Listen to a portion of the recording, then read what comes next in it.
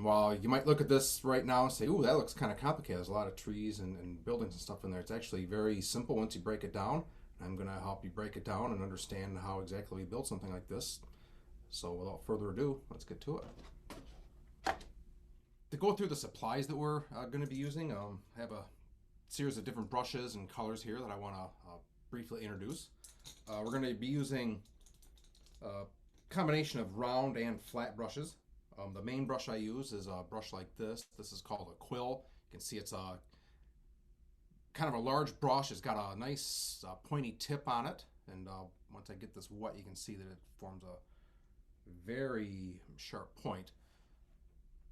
Let me kind of hold it up where you can see the contrast. I'm not holding on a background so you can see that tip. Actually, hold it right up there like that. This is a great brush because I can get a lot of detail in there, but it also holds a lot of paint, so I can dip the brush into the paint once and almost cover the entire page with this brush. So I love this brush. I'm also going to be using, once we get into the smaller details or the finer details, this smaller round brush. This is a number 6. So a nice little pointy round brush. So any of the little, if I need to paint any little blades of grass or rocks or details and stuff, this is the brush to do that. And the other one I'm going to lean on quite a bit is this flat brush. So when we get into painting things like the roof of this house here or the walls here, this will be the brush to do that because it gives me the nice square corners which lend themselves well to something like that. And a couple more brushes that I might not use as often, but they're more situational brushes, as this sort of medium-sized round brush that I might use to paint some of the leaves of the trees, and also this smaller flat brush. It's a half-size version of the flat brush I showed you before. This is to help, like some of the doors and windows in the house are a little bit smaller, and that larger flat brush won't quite fit into those nooks and crannies, but this will. So this will be our friend when we get to those. Paint. You can see my palette here. This is my own personal palette that I pretty much paint in my studio all the time. This has, you can see each of the wells are filled with colors. We're only going to be using maybe a half a dozen of these, like 6 to 8 colors over the course of this painting. The ones you'll want to pay attention to are this light blue. I use manganese blue, which is just a sort of a personal preference of mine because I like the way that color mixes with others. If you don't have manganese blue in your palette, something like cerulean blue will work just fine. And really, any sort of neutral primary to warm blue color would be just fine for that. I also use this darker blue. This is indanthrine blue, which really gives me good shadows. I like using that for the shadows. Ultramarine is a good substitute for that if you don't happen to have that in your palette. Some of these other colors we're going to be using is this burnt sienna, briefly for the roof of the house. Lemon yellow.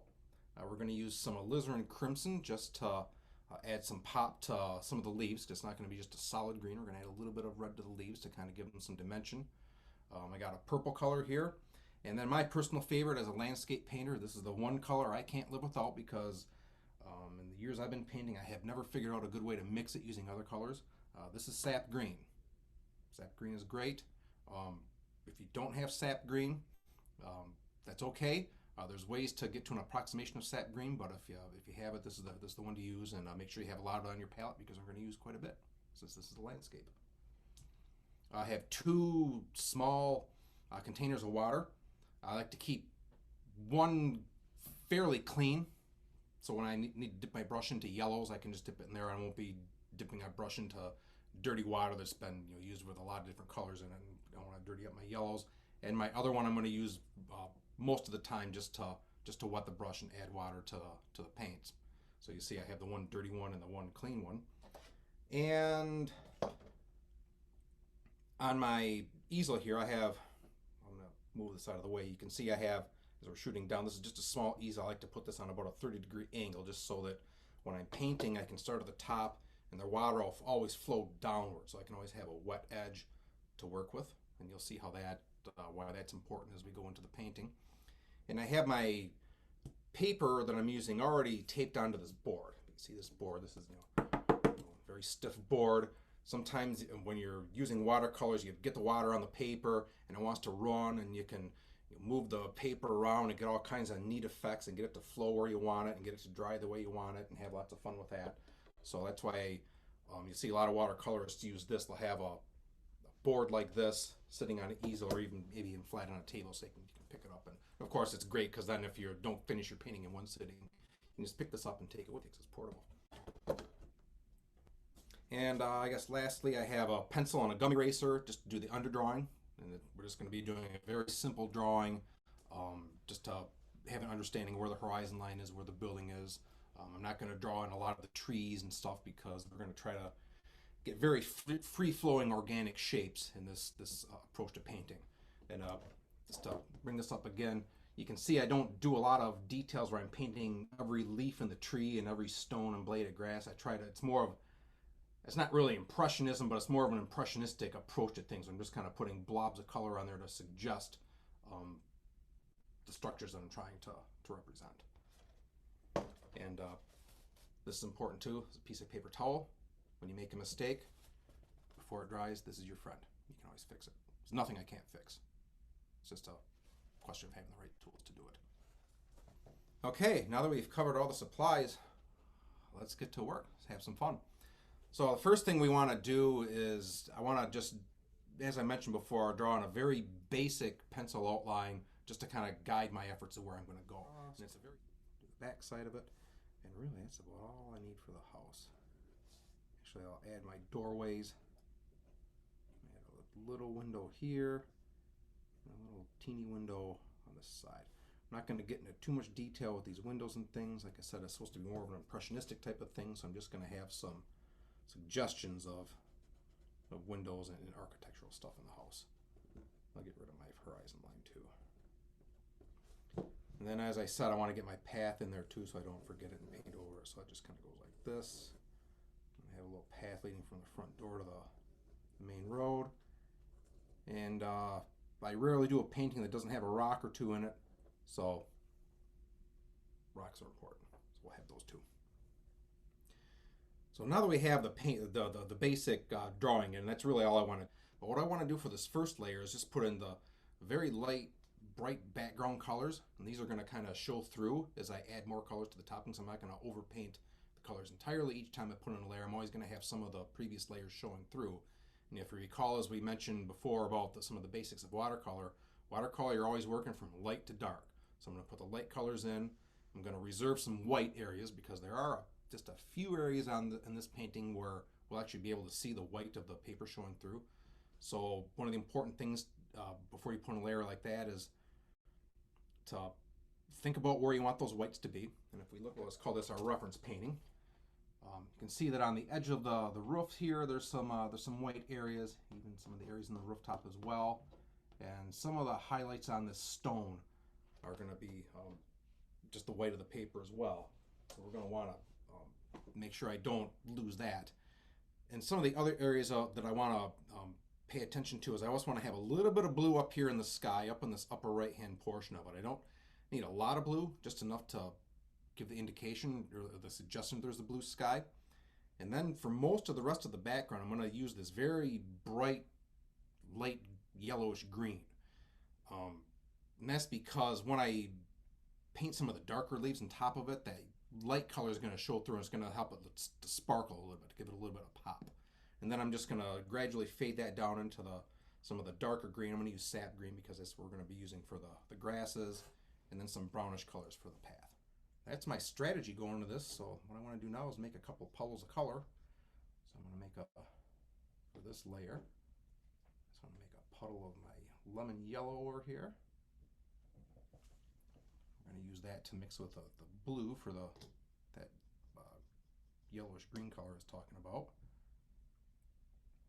Then I want to get my sky color. This is manganese blue. As I mentioned before, something like cerulean blue works good. I use phthalo blue sometimes for skies as well. I'm going to get my sap green going over here. Can't live without a good puddle of sap green, and if you're going to be painting landscapes. And then for the path itself, I'm going to use a little bit of yellow ochre. In the final rendering of this, you're not going to see much of the yellow ochre, but this is just going to kind of indicate where that path is going to be. And we might see some of that lighter color showing through once I add some of the darker earth tones on top of it. So first step in this is to get our sky in there. And I'm going to be painting this wet on dry. You may have seen people do demos before where they do it as wet on wet, where you wet the whole page and then put in the colors. We're not going to be doing that today. I'm just going to do a little wet on dry. And I'm just going to start throwing this in up here. It doesn't have to look perfect. In fact, if it has a little bit of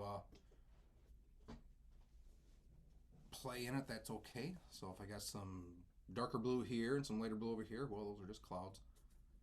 And I just want to kind of get the indications of that in that corner. I'm going to blend it a little bit because it's going to gradually fade into that yellowish green color. And I might even leave a little bit of white in between it because I don't want the yellow to bleed into it too much so I have a green sky. Green sky usually means there's a storm on the way. I want this to be a nice, pretty day. And I want to show you one other thing here is this is a trick. You can take a paper towel and kind of dab up. See how that lifted some of that color there? Gave me some clouds. I can sort of feather the edges of it like this. And it looks like a nice little summer day. So I'm going to leave it like that. That's all the blue that I want. Just want to put a little blue over here in this corner. So the next thing we want to do is move right into doing our bright yellowish green. So I'm going to take some of this manganese blue and mix it over here with my yellow. And it's going to be very bright colored. So like that might even be too dark of a green at this point. So I'm going to really add a lot more yellow. I want this to be a very bright, it's mostly yellow, just a hint of the blue in it to give it that green cast. And I want this to be fairly wet, so I'm getting a lot of water in my brush. You see, it's just almost, if I go like this, it's dripping. So that's about how I want it. And I'm just going to start dropping this in there. And you can see in my puddle over here, some of it's a little darker green, some of it's a little lighter. That's okay because I'm painting nature here, so you never have uniform colors or straight lines. Things are always somewhat organic and random. That's how we know we're working in natural media and not like painting this on the computer. That'd be something entirely different. Now as I get down to the house here, I want to reserve the whites of the house. I don't want to paint over that at all because when I come in here and paint the light and the shadows and the colors of the roof, I want that to not be muddy. So I'm going to leave the whites of the cabin as is. Just kind of carefully paint around it. Don't have to be too careful. If one color bleeds into the other, that's okay. That gives it character. See, one thing I do want to do, I'm going to blend the edges of this because I don't want to have a hard edge where that green's coming up. I want those to sort of gradually fade into each other. That's okay. Most of this is going to be covered up by trees anyway once we get into doing the main tree shapes. So I've got you can see I've got the blue up here. I've got that bright greenish yellow color that's going to be the background of my trees. Now I'm getting down to where there's some hedges and bushes and there's a fence in the original. Then we get down into the grass. So I'm going to gradually fade this green color into our sap green. So you can see it's a little bit duller. That's our good grassy color. And of course, if a little of this mixes in with it, as I mentioned before, it's not entirely a bad thing. It makes things look a little bit more natural when you let the water do the work and let it all blend together. I'm just going to kind of bring this down to the edge of where that path is.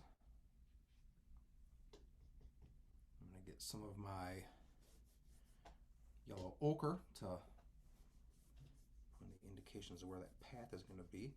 And you see where I touched the brown into the green there? They kind of blend together. And that's what happens when you touch one wet color onto another one and they make contact. They'll kind of bleed into each other. But that's okay. This is a rustic painting. Some of the grass may be overgrowing the path because no one's been maintaining the path in a while. And that's perfectly all right. And then I'm going to get down here at the very bottom of this. I'm going to paint around my rocks. This is just some foreground grass. Grass got a little darker there, that's okay. I can work with that.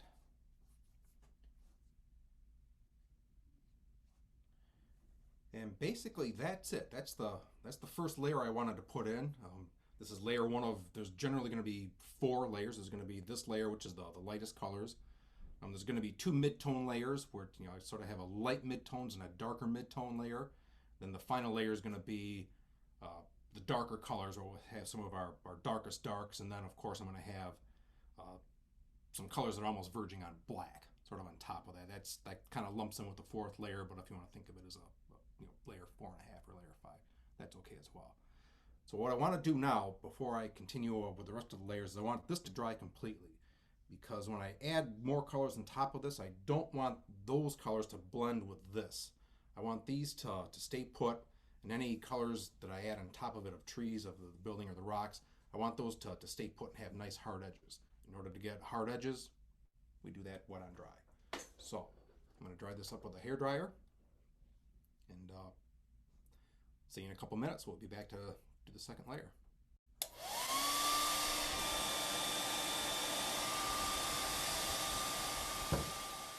Dry. Okay, I now have a dry first layer. It's bone dry. You can see if you're watching along with the video, I was kind of touching this just to see if the paper is still buckle or if there are any wet spots in there, wet. Right now it's dry, so I'm pretty confident that as I add my next layer in, it's not going to run or make any unexpected messes that I don't want to have. So for this next layer, what we're going to do is, let me get our reference piece here. So if you look in this background, you can see this tree in the background here, and there's some, you can kind of see it behind this here, and even down here. To make that happen, I'm going to use my sap green.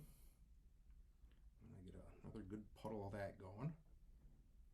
And this is also going to be fairly wet. This is going to be another layer of light color, almost as light as what we put on here before, but it's going to show up as a little bit darker because the new layer is going to have a multiplying effect on the last layer. So where I paint is going to be a little bit darker.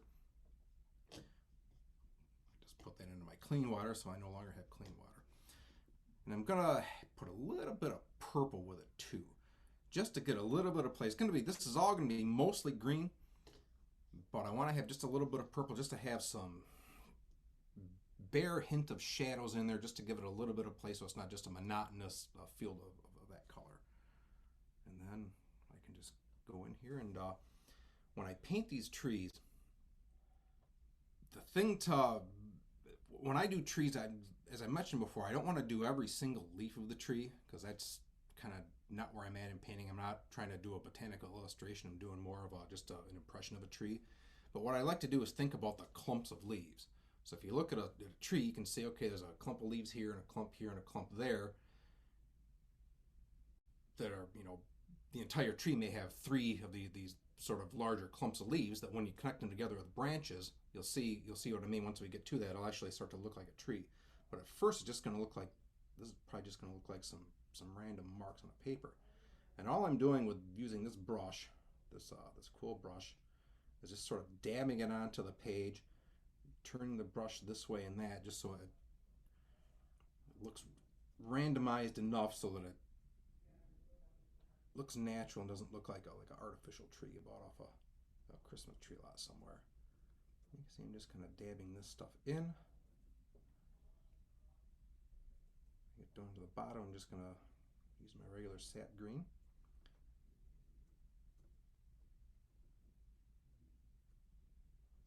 And what I want to do here is I'm going to take my smaller brush. This is my smaller round brush. I'm going to get a little bit darker, a little bit more purple mixed in with my green, so it's almost sort of a grayish brown color. And I'm just going to just draw a line like that. Just figure out where, think about where the trunk of a tree might be. This clump of leaves up here, something's going to need to be holding that up. So just draw a couple of lines down to, suggest branches. Maybe a few more over here and here.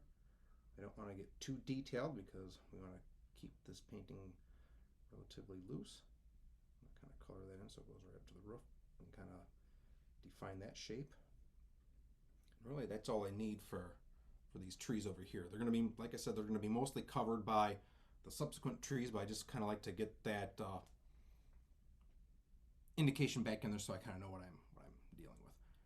And then I'm going to finish off this side of it. I'm going to go back into my sap green, bring it down. And as I color in this grassy area, I'm going to leave a few patches of that previous layer, because what's going to happen is as I build up layers and keep leaving some of the previous layers to show through, those are going to be lighter areas in the final painting, and it'll kind of give the indication of dappled sunlight. So it's kind of a cool effect, and it's easy to get. So I always like cheap and easy wins. That's one of them. So we'll go with that. And now I want to move over here. We're going to have more of the same type of trees over on this side. So I'm just getting my sap green, a little bit of the purple. You can see I'm just kind of, when I'm doing clumps of leaves, if you look at trees, some trees, depending on the species of trees, you'll have vertically oriented clumps of leaves. Some will be horizontal. I think in this world I've got mostly horizontal oriented clumps, so I'm just kind of a horizontally oriented clump of green paint there. And I've got another one of the same thing going underneath it. Oop, it's a little darker, that's okay. And one thing that's very important when you're doing trees like this is to leave some holes. See, I've got a clump of leaves here and a clump there, but there's a gap in between them. Make sure you leave gaps in between. I know Bob Ross always said leave gaps in your tree so the birds have something to fly through. When in doubt, always ask what would Bob do. It's a good thing to do. But when I have those gaps like that, it allows you to define the leaf shape, so it doesn't just look like just a blob that doesn't look like a tree. But then it also gives you room to put in these tree trunks.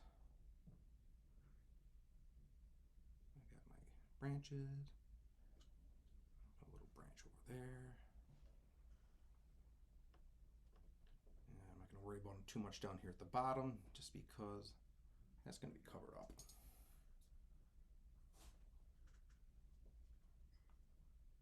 I'm going to get some more of my sap green as we get down here to the areas that are going to be more in the grass.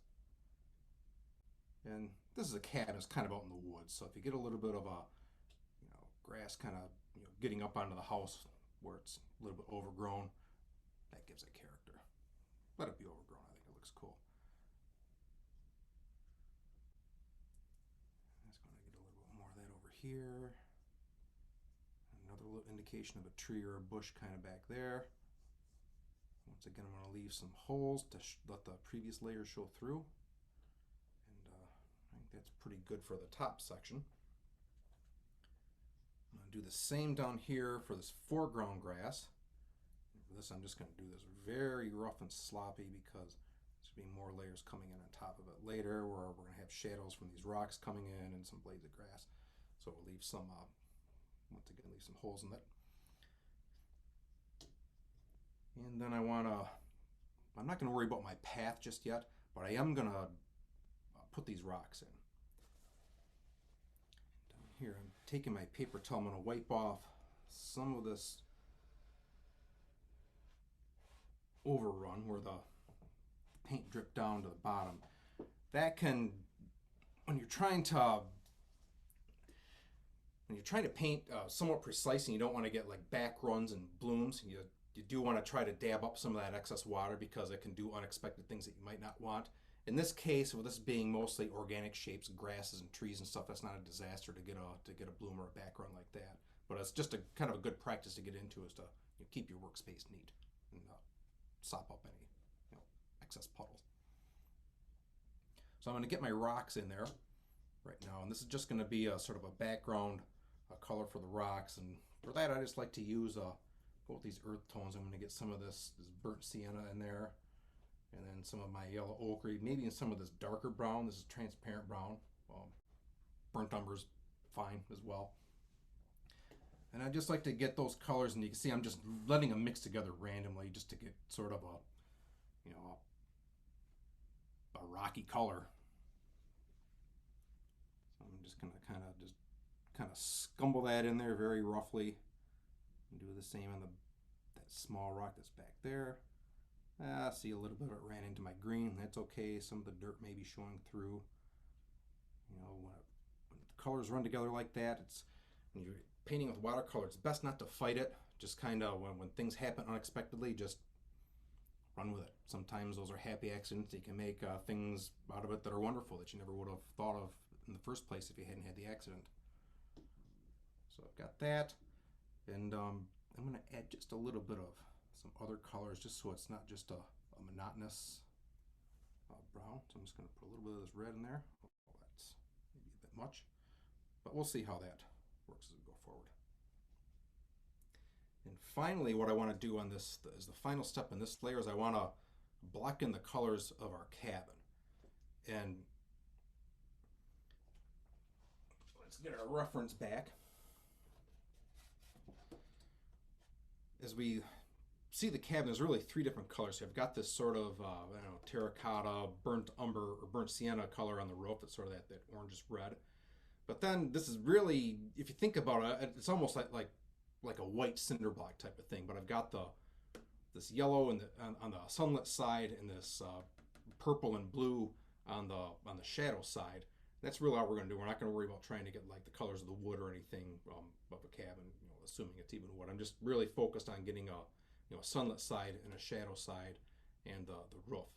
And there's a little bit of technique I'm going to use on putting together this roof. You can see there's these horizontal white lines in there just to give a little indication of shingles. And what I'm going to do is I'm going to use this square brush and just lightly drag it across the roof and actually let the brush break in places. So I'm just going to drag it down and then pick it up and then put it back down just to try to get those shingle colors, or those gaps in the shingles there. So for that, we're going to use once again our burnt sienna. And for this, I like to mix it fairly dark. And dark in this case means I've got, you know, a greater ratio of paint to water, as opposed to if I want it to be light and have a lot of the weight of the paper show through, I'd have more water to paint. And I want to warm it up just a little bit from the color that's out of the tube. So I'm going to add a little bit of my alizarin crimson to it so I get this nice warm earth tone, kind of like a terracotta pot. I'm almost thinking about this color being like if you see like the roof of a, you know, like Spanish architecture, like a Taco Bell. I think before they redesigned Taco Bells, they had sort of this, you know, terracotta color on the roof. And what I'm going to do is I'm using the once again I'm using the flat brush, the square.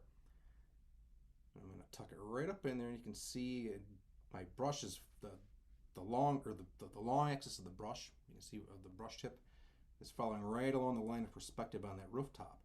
And I'm going to start at the top, and I'm just going to drag it down towards the bottom. You see I just kind of lifted it up there, and just kind of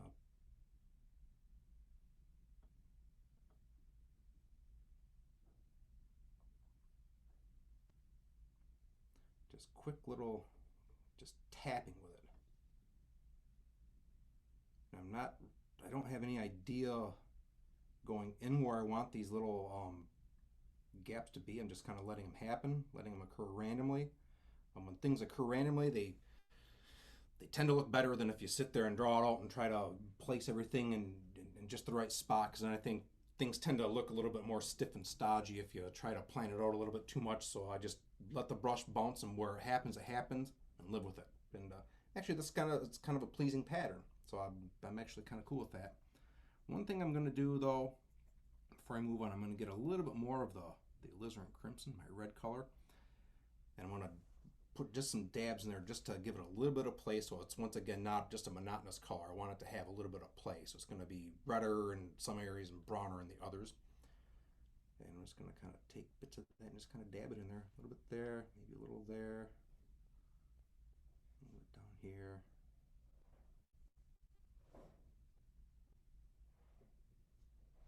Don't want to overdo it. And that's probably enough right there. So that gives us our rooftop, at least the beginnings of the rooftop.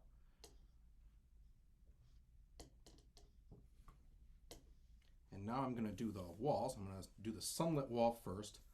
And for that, I'm going to reach into my yellows again. Get a little bit of that yellow, and just take a little bit of the red into it. So I just have a sort of a range. You can see it's redder on this end, sort of a gradient. So I have the pure yellow down here, the pure red over here, kind of the orangey stuff in the middle. And I want this to be very, very light color, very wet color. So I'm just going to add more and more water to it. So it's almost like it's water with like the slightest amount of pigment in it. Then I'm just going to bring this over here and drop it in. And I'm going to try to vary it a little bit. So we have that orange bit there. This section over here is going to be a little bit more pure yellow. And maybe a bit more of the orangier color as I get over to the edge. You can see I've got a little bit of a puddle of color down here at the bottom. I'm just going to take my paper towel and just dab that because I don't want that to run too much. That's a little bit too wetter, a little bit more wet than I wanted it. I want that to cover up as well. And now that I have the light side, I'm going to move into the shadow side as well. And for that, I'm going to get some of my purple.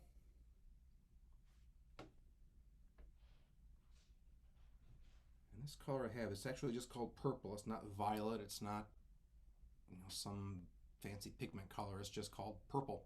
So use your purple. So get my purple there, get my indanthrine blue. You can see once again I've kind of got a puddle of the indanthrine blue on this side, the purple over here. They kind of meet in the middle. And that's what I really want, is sort of a purplish blue color to give my shadows. And I'm just going to do the same thing. I'm just going to kind of with a brush drop that in. And there we have it. Now, one thing I do like to do sometimes is just add a little bit of that complementary color to it, just to give it a little bit of play. That's good. I'll live with that. Take up that excess bead of water at the bottom of that wall. This part's in, oops. This part's in shadow too over here, so I'm going to put some purple on that. Oop, I got to run. That's okay, because we're going to have bushes over there, so we're just going to say, well, it looks like those bushes are casting a shadow on that part of the house, and that's just the way that's going to be. So that's the end of our second layer. So what I want to do now is pause a little bit, let that dry a little bit. It doesn't have to dry all the way as much as before, but then we'll start in doing the second layer, which is going to be our darker midtones. Now what we're going to do is, let me put this up here so you can see it. We're going to do the big trees now. These are more of the, not quite in the foreground, but as far as the trees go, they're in the foreground for the trees because they're the closest trees we're going to see. So see these are going to be much darker than the ones that we've already done, sort of in the background. And this is going to be much thicker color. Before we were working with a lot of water in our paint to let the transparency of the paper show through. In this case, to get this to sit on top of what we've already done, I want to have a lot more paint in the ratio to water. So we may have been 10 parts water to 1 part paint before. I want to have this down to maybe 4 parts water to 1 part paint, something like that, something much thicker. And then what I'm going to do is we're going to use our sap green for the bulk of the trees. I'm going to add a little bit of the manganese blue to it just to give a little bit of variation in the color. So that's going to kind of add a little bit more of a blue color to some of the greens. And then I'm going to add just a few pops of this alizarin crimson in there just to change it up a little bit, maybe indicate some leaves that may be dying, or maybe we're on the verge of fall and these leaves are just starting to change. I don't know. I just did it because I kind of looked cool, and I kind of explained it afterwards what it might mean, which is fine. It's my painting. I do what I want. So let's get started on these trees. So what we want to do first of all is get a nice big puddle of thick sap green. You can see I'm not adding nearly as much water to it as before. So this is you can see this kind of sticks together. It doesn't look like just a runny bunch of water that someone dipped a green crayon on. This is much thicker, so I definitely want to get some of that. I'm going to get just a little bit more of my manganese blue over here, because this is what I'm going to mix with it to sort of get that gradation of the green. And by gradation, I mean there's gonna be some green that's gonna be straight up sap green, and some green that's gonna be slightly bluish green, and the bluish part's gonna be from this manganese blue. Also, I'm gonna be adding some shadow colors to this as we go, and for that I'm gonna use this indanthrene blue. And I want to get some fairly thick mixes of that because the indanthrene blue is very powerful. I mean, you have to be careful with it because it can overpower what you're doing. You want to make sure you don't overdo it because it can quickly take your painting from a nice, pretty, bright painting to dark blue everywhere. So I want to have it fairly richly mixed, but I want to be careful with it and not overdo it. That's sort of the name of the game, and this is don't overdo it with that color. And then I need some of my alizarin, which I can probably just not going to use much of that. Don't need as big of a puddle. So without further ado, let me get into these foreground trees. So to start, I'm just going to get load my brush up with pure sap green, and I want to load it up as much as I can, get as much pigment in the brush as possible. So right now I probably can't load any more into the brush. It's about as much as I can. And I want to start making clumps of leaves like we talked about before. So we're going to use the same approach as I did on these background trees. I'm just going to make them bigger and bolder this time because these trees are in front of the other ones. So where's it going to live? It's going to be right there. I'm just going to kind of scumble that color in.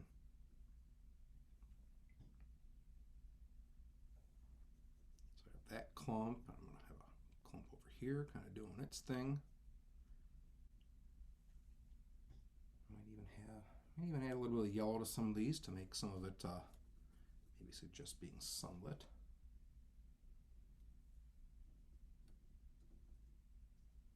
Put some of that over there.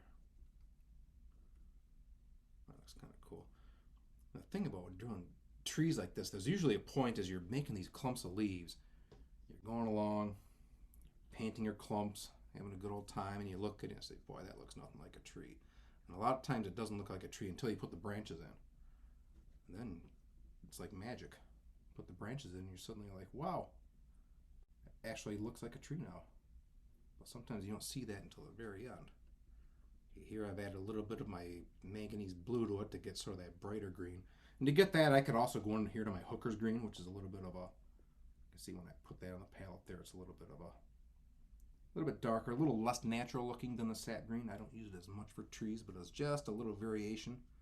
Sometimes it's not the worst thing in the world. I'm going to put another clump going over here. Clump there. You can see how I'm working with the brush. I'm kind of making my horizontal clusters like I mentioned before, but at the end of these strokes, I'm kind of bending the brush down. See how the mark kind of bends down like that sort of represents the gravity of the leaves, so the leaves don't just stick straight out. They kind of, they sag a little bit because they put weight in the end of the branch. And if you look carefully at trees, they do that. So I want to make sure I don't lose these indications of gravity where the branches are bending. And before I get down to the bottom, this is still fairly wet at the top. I want to add in some of my branches like we did before. So I'm just going to get a little bit of that purple just to make it add it to my green just to make it a little bit darker. And then starting right here, see there's a tree trunk going down that way, so this branch. And people debate, artists will debate whether you want to draw branches from the bottom to the top or start at the top and work your way towards the trunk. I like to work from the thins towards the thicks, just because you can always thicken a branch up if you need it, but once it's too thick, you can't make it thinner using watercolors. So I'm just going to get a few little indications of these branches and tree trunks happening there. And try to think logically. Think, okay, like this is going to be like if there's a trunk here and a trunk there, try to draw the branches, going towards that central trunk. Like over here, you can see there's a branch going here, well, that branch would logically extend down to here as well. Because if I didn't have something in this gap here, it would look kind of funny, like this is just kind of suspended in space. And you you may have heard me say this before, just in the course of the painting, is just don't overdo things like adding the branches in. You want just enough to give an indication that, yep, there's tree branches here, but not so much that it overtakes the painting. That's probably plenty. I could sit here all day and make branches all day and have a good old time, but it tends to look better if you show a little self-control and not put too many branches in. It tends to look a little bit overworked, a little bit too mechanical when you do that. So now I'm going to get back into my sap green. Getting more of these, and this is at the point where I'm going to put a little bit of the alizarin crimson in there. And it's not really going to read as red at all. It's actually going to look more brown than anything else as it mixes with the greens, but that's okay. We're just not trying to get, like I say, it's not a botanical illustration where it has to be perfect. I just want to get the indications of these leaf and tree shapes in there and some of the colors of the leaves. So I'm getting this down to the edge of my house. I'm going to be fairly careful to leave a few holes just above the rooftop because I want to show where the trunk of the tree is going to be. Bring this right down there. Trunks are going to be in there.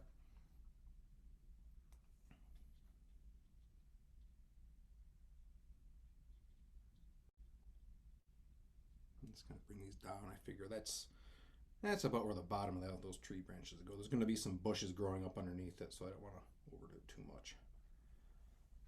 So now I'm going to go back in with my smaller round brush and bring down the rest of my tree trunk and branch shapes. So I'm going to bring that through the brown that happened with my alizarin, and actually kind of makes a nice brown color that matches fairly closely to what you would expect a trunk of a tree to look like. One through there, a little bit there, maybe some in there, and that's enough. From here on out, on this side of the painting, I just want to bring in just a little bit more of my greens to indicate some shrubbery that's growing around the side of the building. Once again, leaving some of that background green. We're on our third layer now, so I just have that brightest green, sort of that second, or that lightest green, the second lightest green, and then there's this darker one on top of it. But with all those other ones kind of showing through, it's once again going to give us a little bit of depth and give us some suggestions of dappled sunlight. Okay, I like that. I'm going to do the same thing over here. And if these greens don't always match up, like if I'm doing this color and this green looks a little bit different than this green, that's okay too. Not all species of plants are the same color green. So just look carefully, like the grass might be one green color and the leaves of one tree might be one color, and if you look at a pine tree, usually those have a little bit more blue mixed in with it. So don't be afraid to, or don't think you have to get all careful and try to fix things up when your colors don't match perfectly. Now we've got a tree over on this side. I'm going to do the same thing as I did over here. I'm just going to get some thick sap green. Just kind of make a smudge like that. Doesn't look like leaves at all at the moment, but trust me, it will once I get done. I'm going to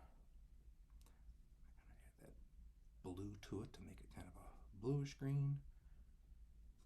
Do that trick with the red. Oh, that's red.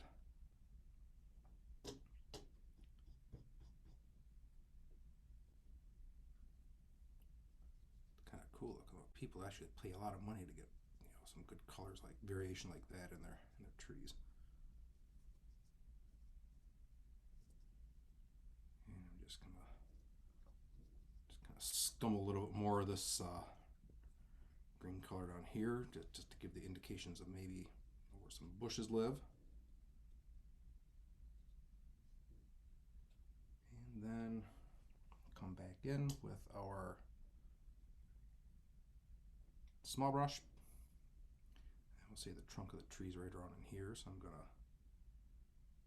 bring my branches. And I like to, when I put in branches, I always like to think and like get a fork in the branches, so it's not just a bunch of straight sticks. Get them a little gnarly. Give them a little swirl like that. Let's see, our tree trunk's gonna be somewhere in there like this. Some trees have a central trunk that goes up and it branches off, after it's halfway up. Some trees you see they have, multiple trunks going up from the bottom. This tree, well, looks like the way it's going up might be kind of a combination of the two. There could be more than one tree living here. Actually, I'm going to do that. I'm going to have another tree trunk going right there. That's kind of cool. And as always, don't overdo it. I think that's plenty. I lied. I want one more.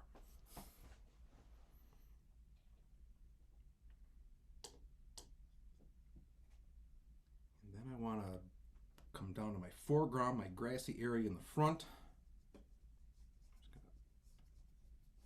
Just gonna add a little bit more. I'm going to cover up some of that where that red bled into it when I was adding the color to the rocks. Add some of that in there. Leaving some holes to just the dappling of the sunlight once again. I'm going to go into my rocks. I'm going to get some of my rocky color. This is going to be a little bit darker this time. I'm going to even add a little bit of purple to it to darken it up even some more. You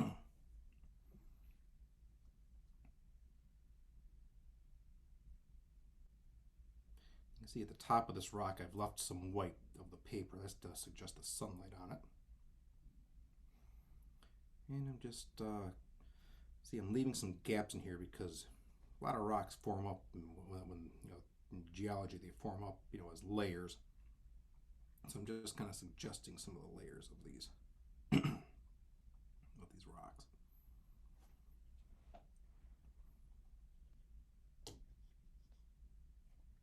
And pause to have a sip of water, get a little parched talking so much.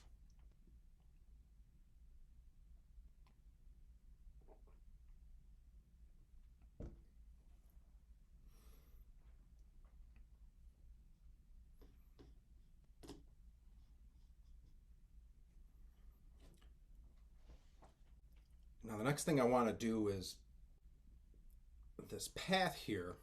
I'm going to get my reference piece. You notice how this kind of is very rough looking because it's dirt and gravel and stuff. And to suggest that, what I'm going to use is what's called a dry brush technique. We're going to load up one of these brushes with some very thick paint, and I'm just going to barely scrape it along the top of the paper and sort of let the tooth of the paper pull the color out of the paint. So it's going to give us that very irregular appearance to sort of suggest dirt. To do that, I'm going to use this sort of medium-sized round brush. I want to get into my dark brown. This is permanent brown in this case. I want this to be barely any water. I want it to be almost as thick as it is when you get it straight out of the tube. I'm going to add a little blue to it to darken it up a little. I'm going to have some of that burnt sienna in there as well, just to have some variation in color. But you can see this is you can see as I dab the brush into it, it doesn't flow back together very quickly like it does in these wet puddles. It's very thick, almost the consistency of paste. And what I'm going to do is I have to hold the brush. I'm not going to be using the tip of the brush. I'm going to be using the side of the brush to slide this in. And in order to do this, I'm going to tilt my whole board up so I have the brush it's almost laying parallel to the paper. And what I'm going to do is start at one end and drag it across. Excuse me. With that, see how it just kind of pulls off there. These straight lines kind of give almost like the indication of like tire tracks.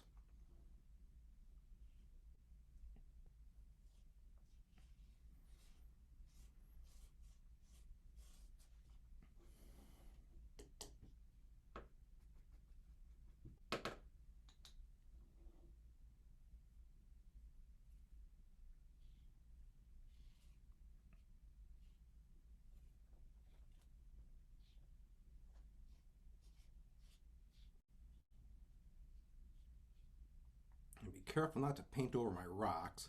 Now, if it does a little bit, that's okay. This color kind of matches the rocks.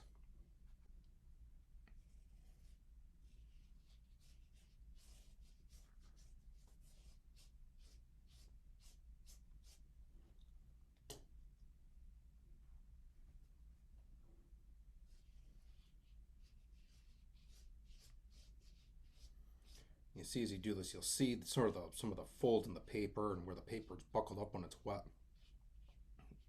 Those sections will catch more paint than others. You just kind of go with the flow, and wherever the color builds up, that's where it builds up.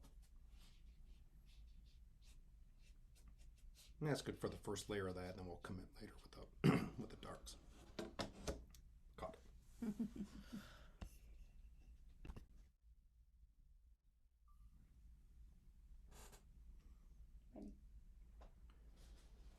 Okay, now we've got our path, or at least our gravel path sort of added in with the dry brush. What I want to do now is go back into these branches and add something that I forgot to add sort of in the excitement of talking through this and talking about how to make leaves.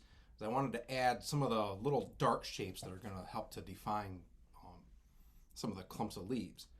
And to do that, I want to use my indanthrine blue, which is the dark color that I mentioned over here. And I'm just gonna, the way what I intended to do is while the green was still wet, is sort of dab some of this blue in there, and you'd see how it was sort of mix with the existing green, and sort of make a nice gradual transition from the green to the blue. But what I'm going to do here, since I'm putting this blue in, it's almost dark, or the green's almost dry, I'm going to add some of the blues in here just to where the underside of some of these clumps might be. And then what I'm going to do is I'm going to wet my brush.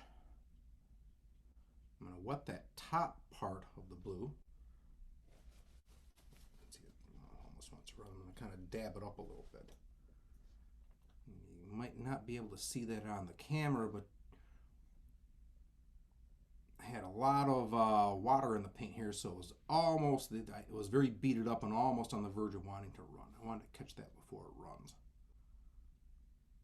because I don't have a big blue streak going down to the bottom of my painting. Then I would have to show you how to do a little bit of damage control to fix that. And since this lesson isn't so much about damage controls, it is about just making a nice pretty painting, I'm going to try to avoid that as much as possible. So I've got a clump there. So I've got a clump up here that I want to indicate. Once again, I'm leaving the bottom edges fairly hard, but then I'm coming back up here and just using the wet brush to blend the upper part of it together. Maybe even come in with a paper towel and dab it up just so it blends a little more nicely than it would otherwise.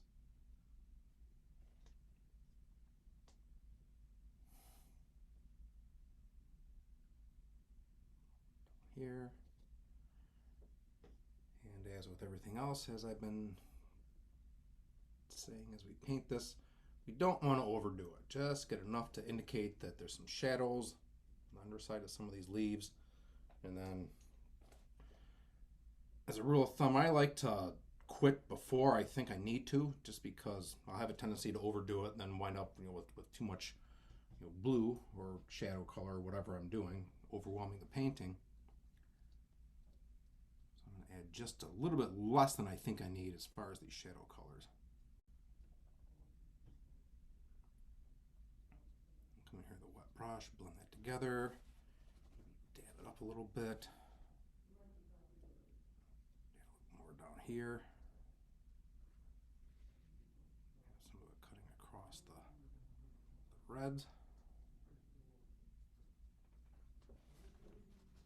Together with water, dab it up with the paper towel.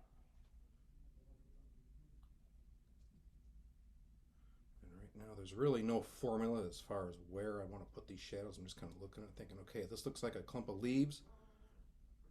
In order to indicate that clump of leaves, I need shadows here, so it looks like a clump of leaves, and that's where I'm putting them. As far as what you use for a shadow color, I've been using this blue in this painting.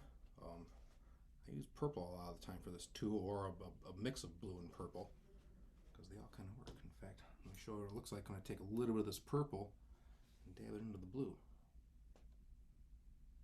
You know, it's not just a monolithic color. Now it's got some blue and purple playing together. And the magic of wet on wet, when I take a wet color and take another color and drop it in, you see I just drop this purple in here and boom, it spreads.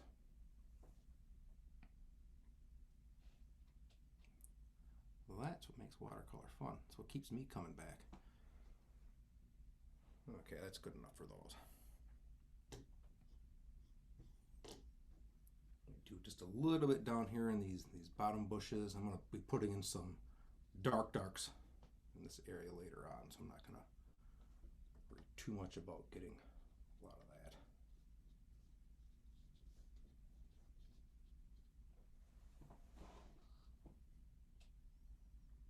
that. So there's some of our shadow colors in our foliage. And the next thing I want to do is I want to get some of the darker colors on this house. So we're going to have this overhang of this this roof here. That's going to be in dark shadow, and also I want to get the indications of these windows in there. So I'm going to use, for that, I'm going to use my smaller flat brush, and I'm just going to go into my purple, get a little bit of the blue mixed with it. It's a sort of a dark bluish purple.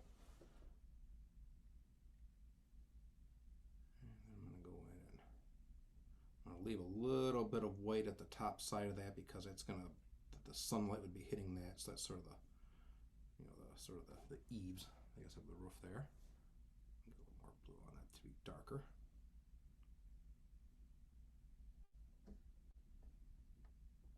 I should kind of go like that, where the roof kind of goes in behind the edge of the roof there.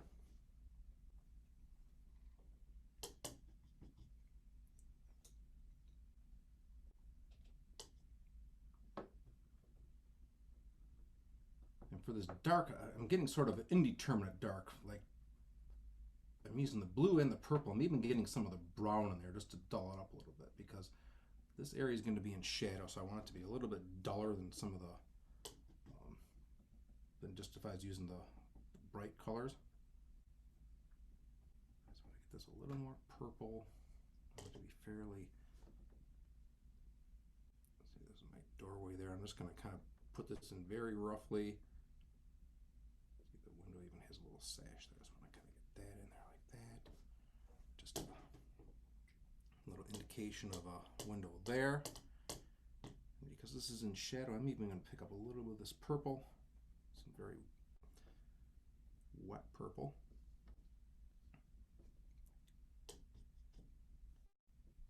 Just kind of let it blend together a little bit. And what I'm going to do after this, I'm going to let these dry. I'm going to come back in and get the rest of the shadow, where it's some cast shadow from the roof on that side of the building. Now while that's drying, you can add a little bit more darks to the rocks. So once again, I'm going to get some of my rock color over here. I'm going to add a little bit more purple to it, and a little bit more blue to get it really dark.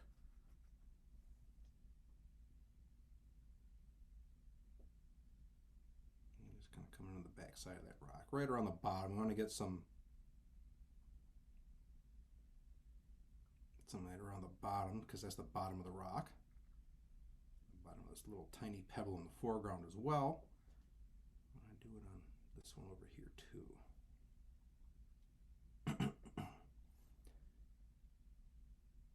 Once again, I don't want to overdo it. I want to make sure I leave some of my other layers that I've already put down. That's probably good enough for those rocks.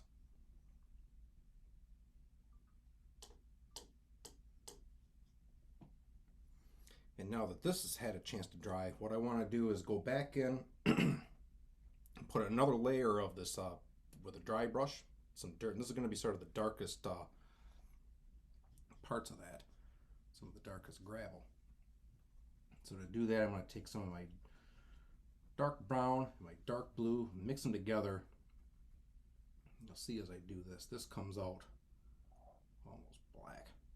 I'm going to put a little purple in it too to really get it dark. So I'm loading this up with thick paint, and we're going to do the same thing where I use the dry brush, use the side of the brush, and just kind of drag it across. It doesn't have to be uniform. It can be clumpy. There can be potholes in the middle of the road. There can be tire tracks. There can be big rocks in there. You never know what you're going to run into.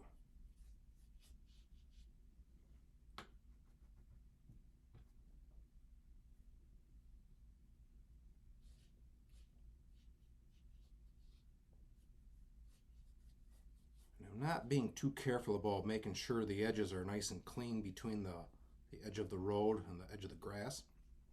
So I'm going to throw a few little blades of grass in there and sticking up on the edge to kind of define that edge. But we just want to keep this kind of as rough and loose as possible, just so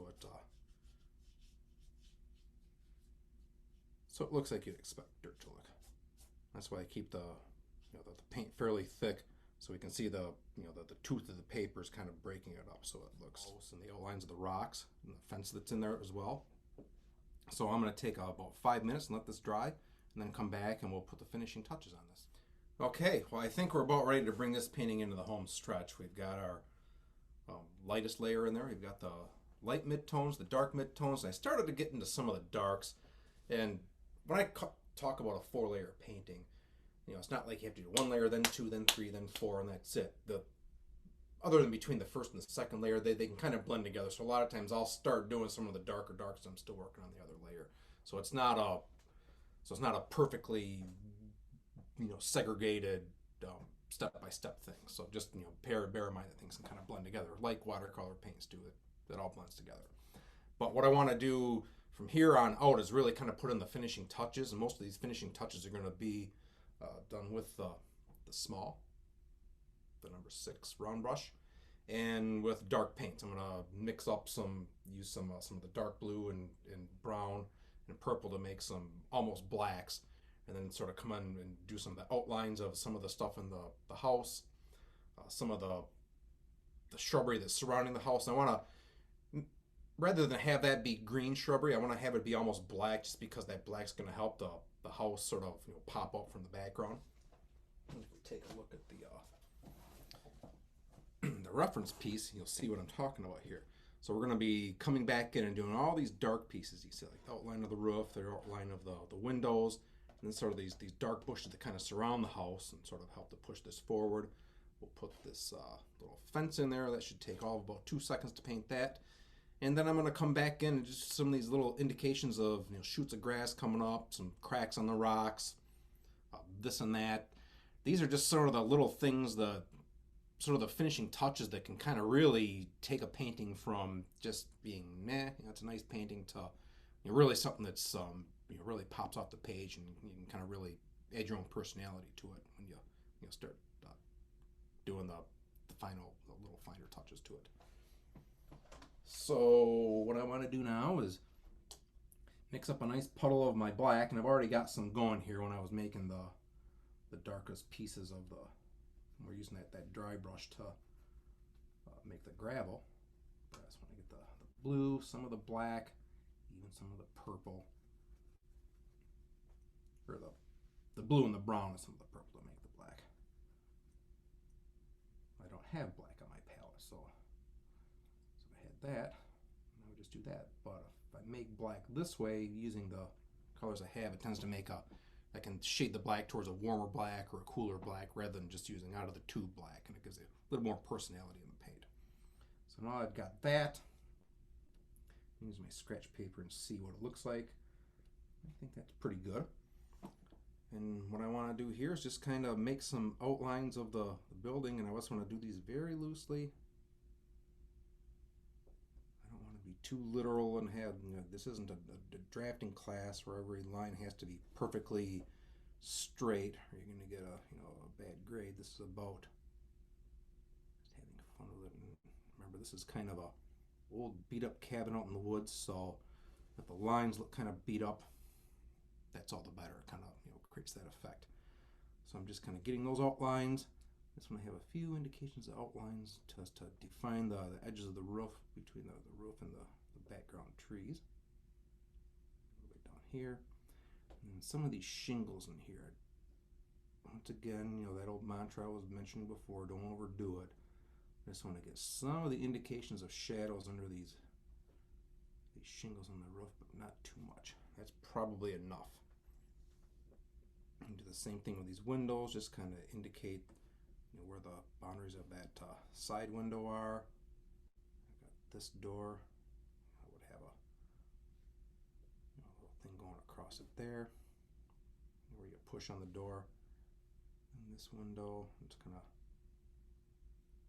give very rough indications of where the edges of that might be. And that's probably good enough for that. I want to get some more of that. I might even add a little bit of green to it just to get some, since they are green bushes, but it's going to really read as black once I put it in there. I just want to take this brush, and this is, once again, I'm not painting, perfect little, leaves and clumps on the bushes. I'm just kind of adding almost random stabs of this dark color in here just to indicate where the bushes would be. I'm going to bring some of it across the front. Add some tufts of grass. Do the same thing on the other side. And you can see this is really starting to frame the house up good. So now it's kind of popping off the back of the page, because using contrast, putting your darkest darks up against some of your lightest lights, it helps to add form to what we're doing. Some of that there too. And these bushes,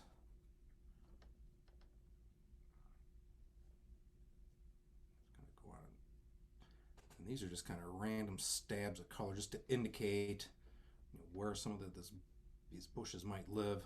There's really no rhyme or reason to it. I want to leave some, just have a little bit here and a little bit there. I don't want to have just a solid run of the dark colors going across. These are just to make people think that you almost want the viewer to, when they see it in their eye, just to kind of fill in the blanks. So I'm just,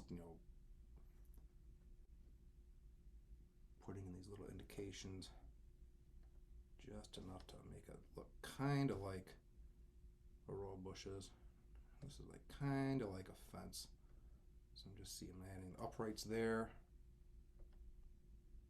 I promised I'd have this fence done in about 5 to 10 seconds. It took maybe a little longer than that, but that's all. See, it looks like a fence. And we can see on our path coming from the front of the house, I forgot to color that in, so it's pure white right now. So I'm just going to get some of our dirt color over here. Just dried up my palette in the meantime, so just add a little bit of water to reactivate it. Some of that in there like that.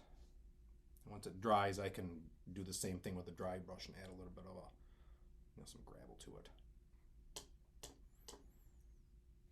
And then I want to take my dark. There's a few tufts of grass growing here. Grass is getting pretty long. Somebody needs to mow their grass. And that kind of ran into my wet color that I just put down. But that's okay. It kind of runs together and makes it look somewhat natural. Add some there. Once again, don't overdo it. That's probably enough tufts of grass in the background. I'm going to do the same thing here. Put some tufts in the foreground, put a couple tufts overlapping the rock so it looks like the rock is kind of sitting in the grass, not sitting on top of it.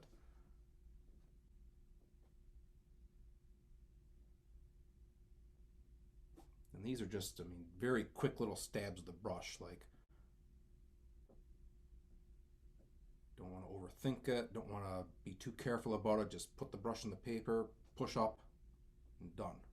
Make a little row of it, looks like a row of tufts of grass, and that's probably enough. I'm going to put a little bit over here, just on the edge where it's kind of light.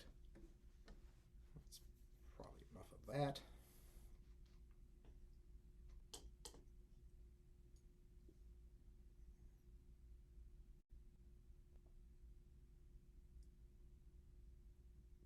And as I take a look over, I mean, one thing I might do is I had some of these, I was using the dark black to make some indications of shingles.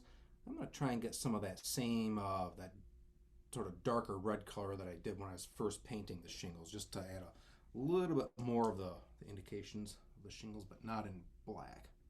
So I'm just going to get some of my alizarin crimson, add a touch of purple to it to darken it up more. So, kind of a dark color. And I'm just going to, just in a few places, add some of these shingle marks. Once again, no rhyme or reason. I'm not getting out a ruler to measure where they go. That's probably enough. Once again, the viewer can fill in the blanks. And then on our house, we're going to have some cast shadows, so we can see the shadow side of the underside of that roof line there, and then the shadow side of the house. But since the sun's coming from, well, the left side of the painting, it's going to add a little cast shadow where this is this overhang is going to put some shadow on the side of the house and down here. So I'm going to add that. And we just do that with our purple. I'm going to dull it down a little bit with just some of this this dark color I have on the palette already. It's actually a little too blue.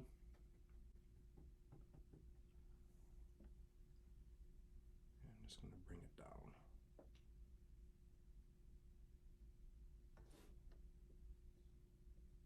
Do the same thing over here to indicate the cast shadow on the side of that. I'm going to put some of that there just to indicate like there's a little step. You step out of the door. Get some of my darker black to make it look like stuff like that.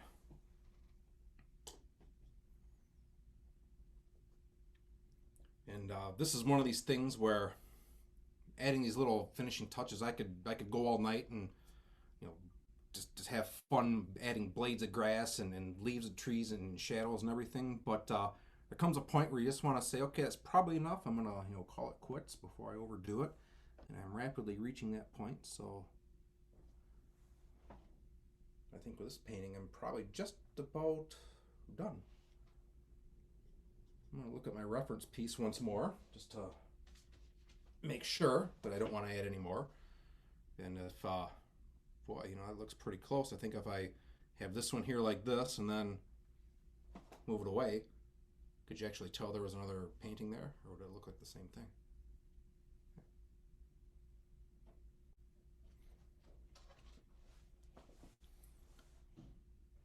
So that's that. And as you can see, it was just, even though it may look on the surface like, oh, there's a lot going on in that painting, a lot of trees, a lot of rocks, a lot of buildings and stuff. It's really just, if you follow that 4-step process, just make sure you get your lights in and then your mids, and then finally come out with your darkest darks at the very end. You can create that illusion of depth and the organic shapes that kind of what attracted me to doing landscapes and watercolor in the first place. And that's that. Thanks a lot.